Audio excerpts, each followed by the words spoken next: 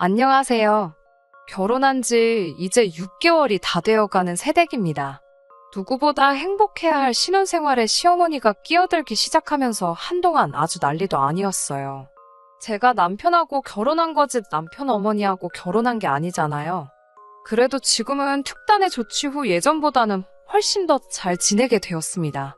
혼자만 알고 있기에는 주변 사람들이 다 재밌다고 하길래 이렇게 사연으로 한번 보내보려고 적어봤어요. 제 나이는 올해로 29살이고요. 결혼하기 전부터, 아니, 제가 철들기 시작했을 무렵부터 저희 어머니는 저를 엄청 걱정하셨어요. 성질이 저래서 어디 시집이나 가겠냐고요. 제 성격이 어떻길래 저런 말씀을 하시는지는 모르겠지만, 아마도 하고 싶은 말은 꼭 입 밖으로 내뱉어야 성이 풀리는 것 때문에 그러신 것 같아요. 무슨 일이건 어떤 상황이건 간에 제가 한마디 해야겠다고 생각하면 일단 물불 안 가리고 내질러버리기 때문에 예전부터 크고 작은 사건들이 많았거든요. 심지어 제가 동네방네 아주 삼딱이라고 소문도 돌곤 했어요. 남편은 취직 준비하려고 등록한 학원에서 만났어요. 하라는 공부는 안 하고 연애질하다가 결혼까지 하게 되었죠. 사실 남편하고는 결혼 생각까지는 없었는데 저희 어머니께서 남편을 몇 번 만나고부터 옆에서 하도 결혼 노래를 부르시더니 너무 많이 들어서 저도 세뇌가 된 건지 어느 날엔 남편 옆에 웨딩드레스를 입고 서 있더라고요. 어머니가 남편에게서 본 최고의 장점은 하고 싶은 말 참지 않고 쏟아내는 저의 성격을 받아준 유일한 남자라고 판단하셨기 때문이에요. 사실 그동안 연애하면서도 제 연애 상대를 친정어머니에게 숨긴 적은 없습니다. 제가 만나온 모든 남자친구를 최소 한 번씩은 전부 만나보셨으니 어느 놈이 어느 놈인지 다 잘 아세요? 남편도 남자친구이던 시절에는 친정어머니께 배경이나 학교 등등의 이유로 높은 점수를 따지 못했지만 항상 높게 사는 게 하나 있었으니 그건 바로 인내심 강한 성격이었어요. 저희 엄마에게는 막무가내의 독불장군인 저희 성격을 전부 받아내주는 성격을 가진 남편이 이미 사윗감으로는 합격이나 마찬가지였어요. 그리고 그렇게 연애를 한 지 1년이 넘어갈 무렵 친정어머니를 등에 업은 남편이 저에게 청혼을 해왔고 저희는 결혼하게 되었지요. 저나 남편이나 취직한 지는 이제 고작 1년이 겨우 넘어가기 때문에 사실 결혼을 위해 모아둔 돈이 거의 없다고 봐도 무방할 정도였어요. 저는 다행히 할머니께서 집안에서 유일하게 대학 나온 게 저라면서 제 앞으로 땅을 물려주신 게 있었는데 얼마 전에 어머니가 그걸 팔아서 그 돈을 전부 저에게 주셨습니다. 어차피 시집 갈 때 주려고 했던 거니 거절 말고 받으라고 하시더라고요. 물론 남편에게는 당시에 비밀로 했었고요. 남편은 모아둔 돈이 없어 꼼짝없이 시부모님께 지원을 받아야 했는데 그나마 다행인 건 시댁의 형편이 나쁜 편이 아니었던 거죠. 양가 상견례를 하면서 시어머니께서 신혼집으로 지원금 1억 5천을 보태주시기로 했고 나머지 돈은 저희가 대출을 받기로 했습니다. 상견례 날 참 하고 싶은 말이 많았는데 아무 말도 못하고 왔던 게 아직도 아니에요. 특히 집을 해주신다니 어쩐다니 말로 각종 혼수와 예단 리스트를 벌써 준비하셔서 읊으시는데 적힌 대로 다 해오면 저한테 꾸민 비는 얼마나 주실 것이냐 이야기하고 싶어 근질거리는 입을 겨우겨우 참아냈습니다. 그날 제가 하고 싶은 말을 못한 이유는 딱 하나입니다. 친정어머니께서 시어머니 될 수도 있는 분 처음 만나는 자리인데 행동에 조심했으면 좋겠다 하시며 그날만큼은 아무 말도 안 하고 네 아니오로만 대답하며 다소곳하게 조용히 있기로 친정어머니와 약속을 했었거든요. 제가 입 한 번 잘 못 놀렸다간 결혼 뒤집어질 거라면서요. 그러긴 싫었지만 그래도 엄마의 간곡한 부탁인데 거절할 수 없어서 겨우겨우 할 말 참아내고 견뎠습니다. 진짜 입이 근질근질해서 견디기 힘들었습니다. 그리고 바로 다음날 남편한테 가서 말했어요. 일단 어머님께 지원받기로 한 1억 5천 받고 대출은 받은 척만 하라고요. 뭐하러 대출 끼고 결혼생활 시작하냐고. 그 돈은 제가 알아서 할 테니 그냥 어머님 모르게만 해달라고 말했습니다. 남편과는 서로 비슷한 시기에 취직해서 서로 모아둔 돈이 얼마인지 뻔히 알고 있었는데 일부도 아니고 모자란 돈 전부를 제가 내겠다고 하니 남편이 엄청 놀라더라고요. 시어머니께는 비밀로 하고 싶었던 이유는 하나였어요. 상견례 자리에서 집을 해주신다는 이유로 이런저런 예단을 이야기하셨었는데 우리 집이 여유가 있다는 사실을 아시게 되면 자존심 엄청 상하실 것 같아서 제 나름대로 배려한 거였어요. 다행히 남편은 비밀을 잘 지켜주었고 그렇게 저희는 결혼식을 올리고 신혼생활을 시작할 수 있었어요.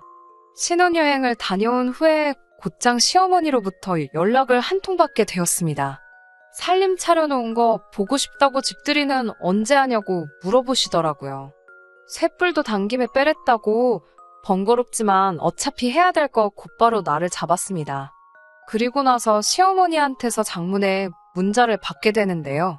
거기에는 집들이 날 준비하라는 음식들 리스트가 적혀 있었습니다.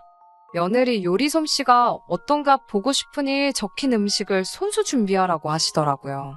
시어머니, 시아버지와 남편의 남동생 이렇게 세 분인 집들이인데 준비하라는 음식들이 뭐 그리 많은지 불고기부터 시작해서 아주 한정식 집을 방불케 하는 여러 가지 메뉴들이 있었어요.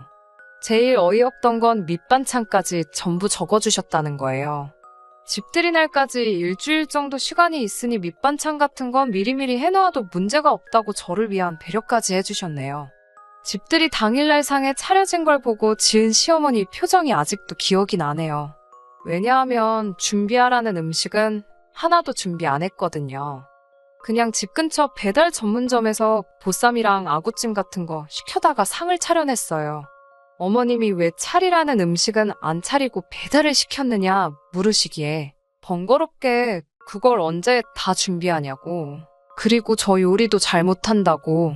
비싼 재료값 써가면서 못 먹을 음식 내는 것보다 사 먹는 게 훨씬 경제적이라고 한 말씀 드렸죠. 그리고 여기서 전에 시켜 먹어봤는데 아주 맛집이라고. 맛 한번 보시면 제 결정이 옳았다고 생각하실 거라고 했어요. 시어머니는 저보고 음식할 줄 모르면 친정어머니한테 도와달라고 했으면 되는 거 아니냐고 하시길래 시댁 집들이 음식을 왜 우리 엄마가 하냐고 바로 대답했지요. 어머님이 어이없어하는 표정을 지으셨는데 친정어머니가 밥 해주는 사람도 아니고 솔직히 어이없어야 하는 건 저였는데 말이에요. 그래도 도련님은 저의 대응이 재밌었는지 옆에서 엄마 아주 임자 만났다고 한마디씩 툭 던지는데 그게 설령 저를 비꼬려고 한 말일지라도 당황하신 시어머니 성질을 더 건드는 것 같아서 싫지만은 않았습니다. 그리고 음식할 줄 모른다는 건 뻥이에요. 대학 시절부터 혼자 자취하면서 밥만큼은 부실하게 먹지 말자는 생각으로 혼자서 이것저것 해먹었었거든요. 집들이 날 아버님하고도 에피소드가 있어요. 한참 집들이로 정신없다가 손 씻으러 화장실에 들어갔는데 변기 커버가 올라가 있더라고요.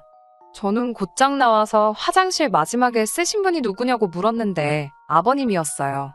아버님한테 저희 집에서는 남녀노소 예외 없이 소변은 앉아서 보는 게 규칙이라고 다음부터는 조심해달라고 부탁했어요. 아버님은 제 말에 엄청 당황하셨고 그 뒤로는 며느리 무섭다고 저희 집에 초대를 하면 아버님은 안 가겠다고 아직도 그날의 충격에서 헤어나오지 못하고 계신답니다. 그래도 말은 저렇게 하셔도 사실은 며느리인 저를 많이 예뻐해 주시고 시가족 중에서 남편 다음으로 저를 제일 많이 챙겨주시는 게 아버님이세요.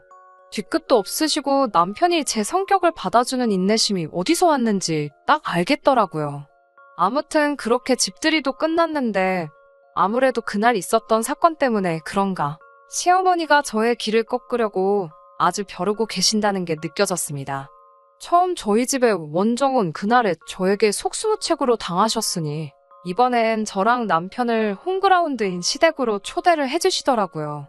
저의 요리 솜씨가 얼마나 궁금하셨는지 며느리가 차려주는 상이 먹어보고 싶어서 음식 하나도 안 해놓았다고 재료들은 미리 장을 봐서 냉장고에 넣어놨으니 한번 쭉 보고 자신 있는 음식으로 차려내라고 미션을 주셨어요. 이게 무슨 옛날에 유행하던 예능 프로도 아니고 주방에 있는 재료 가지고 뜬금없이 음식을 내오라니 어이가 없었어요. 남편이 제 눈치 보면서 도와준다고 주방으로 들어왔는데 어머님이 남편한테 너는 왜 거기가 있냐고 이리 와서 TV 보라고 손짓하시길래 남편한테 걱정 말라고 말하고 고이 어머님 품으로 보내줬습니다. 일부러 못 먹을 정도로 이상한 음식을 만드는 방법도 있었지만 음식 가지고 장난을 치고 싶지는 않았어요. 실제로 요리도 어느 정도 할 줄 아니까 그래도 왠지 시켜서 한다는 느낌이 드니 시어머니가 원하는 대로 해주고 싶지가 않더라고요. 쌀도 불려져만 있고 밥도 안 해놓은 상태였으니 그 의도가 다분히 보였죠. 뭘 해야 하나 찬장 하나씩 다 열어보며 주방을 살펴보고 있는데 딱 괜찮은 게 있어서 그걸로 준비하기로 했습니다. 10분도 안 돼서 뚝딱 점심상을 마련했지요. 식사 준비 끝났다고 말하고 거실에 펴놓은 커다란 상 한가운데다가 제가 정성스레 준비한 음식을 올려놨습니다. 마침 일요일이기도 하니 짜장라면 어떠시냐고요. 제사 지낼 때나 쓸 것 같은 그 커다란 밥상 위에 냉장고에 있던 김치 하나 말고는 라면 냄비밖에 없었어요. 저도 다시 주방으로 가지 않고 그냥 그대로 자리에 앉아서 남편한테 가서 젓가락이랑 앞접시로 쓸 그릇 가져오라고 시켰습니다. 남편은 그래도 결혼 전까지 살아오던 지네 집이라고 호다닥 뛰어가서 인원수대로 그릇하고 젓가락을 순식간에 찾아서 꺼내오더라고요. 어머님은 딱 봐도 어이가 없어서 말을 잇지 못하고 계신 게 느껴졌지만 아버님은 너털웃음 지으시면서 우리 며느리 덕분에 주말 점심에 짜장라면도 다 먹어본다며 엄청 좋아하셨어요. 나중에 알고 봤더니 아버님도 어머님이 저에게 심술 부리는 거 알고 계셨다고 하네요. 그래서 나름 아버님의 방법으로 분위기 조율해가면서 저를 지켜주신 거였고요. 도련님은 저번에 그랬던 것처럼 아주 어머님을 보고 자지러지더라고요. 진짜 형수님은 못 당하겠다면서. 그런데 그 짜장라면은 자기 건데 다 써버리셨다고 다음에 올 때 꼭 좀 사다 달라고 하더군요. 아무튼 그날도 시어머니를 제외한 온 가족의 비호 아래 아무 일도 없이 지나갈 수 있었습니다. 시어머니는 제가 직접 만든 음식이 그렇게 드셔보고 싶으신 건지 아니면 무슨 안이라도 맺히신 건지 그렇게 홈그라운드를 떠나 찾아간 원정에서도 완벽한 승리까지는 아니지만 무승부까지는 갔던 것 같네요. 며느리가 시어머니 이겨먹으려고 둔다는 분들도 계시겠지만 며느리가 먹고 싶은 거 차려내는 자판기도 아니고 집들이 때부터 계속 저러시는 게 조금 기분이 그랬어요. 중간에서 가장 난처했던 건 그 누구보다도 제 남편이었을 거예요. 어머님한테 그만하라고 말려주지 못하는 게 서운하다기보단 중간에서 얼마나 힘들까 싶어 남편을 최대한 이해해주려고 했습니다. 그런데 이 사건들로 인해서 시어머니께서 저를 한번 꼭 누르고 싶으셨던 건지 저를 벼르고 계시다는 게 느껴질 정도였어요. 정말 거의 매 주말마다 신혼집에 오셔서 식사를 하고 가셨으니까요. 피차 전화 남편이나 출근하는데 바빠서 반찬은 거의 다 반찬 가게에서 사 먹었거든요. 돈 주고 산 반찬 보실 때마다 늘 가게에서 파는 거 맛도 없는데 뭘 돈까지 주면서 사 먹느냐. 직접 해먹는 게 최고다 저한테 뭐라 하셨어요. 제가 어머님과 그럴 때마다 야위는 것 같은 남편 보니 안쓰러워서 가슴에 참을인자 새기며 눌러 참으며 견디고 있었는데 하루는 남편도 시어머니 잔소리가 심했다고 생각했는지 엄마가 해주는 것보다 맘만 좋구만 왜 그렇게 집밥에 집착을 하시냐며 제 편을 한번 들어줬는데 그게 역효과가 나버린 거죠. 그동안 그냥 넘어가려 했는데 이제는 가만두고 볼 수가 없다고 하시면서 오늘부터 저희 신혼집에 상주하시면서 저한테 살림을 가르쳐주겠다 하시네요. 남편은 어머님께서 대노하시니 왜 그러시냐고. 지금도 우리 아무런 문제 없는데 엄마가 이러실수록 우리만 더 힘들어진다고 어머님 말리면서도 할 말은 따박따박 다 하더라고요. 어머님은 우리 아들이 영양가라고는 눈을 씻어도 찾아볼 수 없는 식사하고 있는 걸 그냥 내버려 두실 수 없다고 하시면서 오늘부터 밑반찬부터 시작할 테니 저보고 나가서 자기가 불러다주는 재료부터 사오라고 아주 역정을 내시며 말씀하셨어요. 대들려고 그런 건 아니었지만 어머님한테 반찬 가게에서 반찬을 사 먹어도 음식이 가지고 있는 영양가는 다 똑같은 거 아니냐고 말대꾸를 했어요. 저희들 맞벌이 하면서 집에서 밥도 거의 안 먹는다고 야근이 있어서 퇴근이라도 늦게 하는 날에는 저녁도 밖에서 먹고 들어오는 날이 허다한데 재료 이것저것 사다가 더 봐야 오래돼서 버리기만 하지. 반찬 가게에서 사 먹는 게 오히려 더 경제적이라고 설명을 드렸습니다. 그랬더니 어머니가 이제 대노를 넘어서 극대노라고 부를 정도로 소리를 고래고래 지르시면서 어디 며느리가 어른한테 따박따박 말대꾸냐면서 저보고 이 집에서 당장 나가라고 하시더라고요. 어머님, 이 집은 저희 집인데 제가 왜 나가야 하나요? 이 집에 계시는 게 불편하시면 다음부터는 저희가 찾아갈게요. 하고 대답했어요. 사실 어머님한테 이 집이 싫으시면 안 오시면 되는 거 아니냐고 더 심하게 말할 수도 있었는데 속으로 눌러 참으면서 최대한 정중하게 말씀드린 거예요. 어머님은 이 집이 왜 너네 집이냐고, 내 돈 1억 5천 들어가고 은행 돈 2억 들어간 거니 저희가 대출을 다 갚기 전까지는 자기 집이나 마찬가지라고 하시는 거예요. 딱 그 한마디에 저도 이거 제가 어머님 노여움 푸시게 한다고 대답이라도 몇 번 더 했다가는 더 큰 싸움으로 번지겠다 싶은 생각도 들고, 솔직히 더 참지도 못할 것 같아서 그동안 어머님께 숨겨왔던 진실을 말해줘야겠다는 생각이 들었어요. 베란다에 가서 신혼여행 갈 때 들고 간 여행 가방을 하나 꺼내와서 남편을 향해 방금 어머님 하신 말씀 못 들었냐고, 여기 너네 집 아니니까 너부터 나가라고 말하고 가방을 던져줬어요. 남편이 제 마음을 읽었는지 가방 끌고 옷방에 들어가서 주섬주섬 자기 옷을 챙기기 시작했고요. 어머님이 남편한테 쟤 보고 나가라고 했는데 왜 너가 짐을 싸냐고 하시기에, 어머님께 이 집 살 때 1억 5천 주신 게 어머님 돈이니까 어머님 집이라 하지 않으셨냐고? 그런데 나머지 2억이 은행 대출이 아니고 실은 제 돈이었다고. 아무튼 어머님 말씀대로라면 남편은 이 집에 돈 한 푼도 안 내고 살고 있는 거 아니지 않냐고 말했어요. 그러니까 일단 집에 아무런 지분도 없는 남편부터 집에서 쫓아내고, 이제 어머님이랑 저랑 진짜 집주인이 누군지 가려보는 게 맞는 거 아니냐고 말씀드렸어요. 어머님은 몰랐던 사실을 알게 되시니 어안이 벙벙해서 눈동자에 물음표 모양이 떠 있는 것처럼 보였습니다. 저는 거기에 곧바로 아니면 어머님 말대로 제가 이 집에서 나가겠다고, 저는 이 집 그렇게 필요가 없다고 했어요. 대신에 집에 들어간 2억은 제 돈이니 제가 나가자마자 곧바로 받을 수 있게 준비해달라고 말하고, 짐 싸고 있는 남편 가방 뺏어서 이번엔 제가 가방에 제 옷까지 몇 개를 쑤셔넣기 시작했어요. 남편은 잔뜩 겁먹은 척 연기하면서 어머님께 달려가 엄마 대체 왜 그러시냐고, 결혼하자마자 이혼남 만들려고 작정을 하셨냐고 그러지 좀 말라고 오열을 했어요. 저희 어머니가 사람 하나는 잘 보신 것 같아요. 이렇게 쿵짝이 잘 맞는 사람을 어떻게 알아보시고 저의 배우자로 선택하셨는지 딱 알겠더라고요. 아무튼 저도 남편의 연기에 힘입어 더 오버액션을 하면서 짐을 꾸렸습니다. 그런데도 딱히 어머님이 저에게 따로 아무 말이 없으시길래 그 길로 싸놓은 가방 들고 친정으로 왔습니다.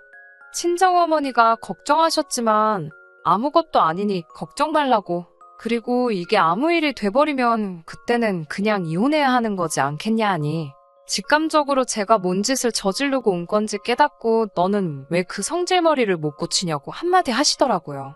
엄마 딸이니까 그런 거 아니겠냐 넉살 좋게 대답했더니 알겠다고 너 알아서 하라고 그냥 자포자기 하셨어요. 그리고 곧바로 그날 저녁에 시어머니께서 전화로 제게 이야기 좀 하자고 시간 좀 내달란 연락을 하셨고, 밖에서 시부모님하고 남편을 같이 만나 저녁 식사를 했어요. 조금 어색한 분위기에 두 남자가 두 여자의 눈치만 보면서 안절부절 못하고 있길래 제가 먼저 말을 꺼냈습니다. 어머님께는 제가 먼저 죄송하다고 사과드렸어요. 저도 사실 일 크게 만들고 싶은 생각은 없다고. 하지만 부부는 동등한 관계여야 한다고 생각하는데, 어머님은 제가 계속 남편을 떠받들어 섬기기를 원하시는 것 같다고. 그런 사람을 원하신다면 저 말고 다른 며느리를 찾으셔야지. 저는 절대로 그런 며느리가 되어드릴 수 없다고 솔직하게 말했습니다.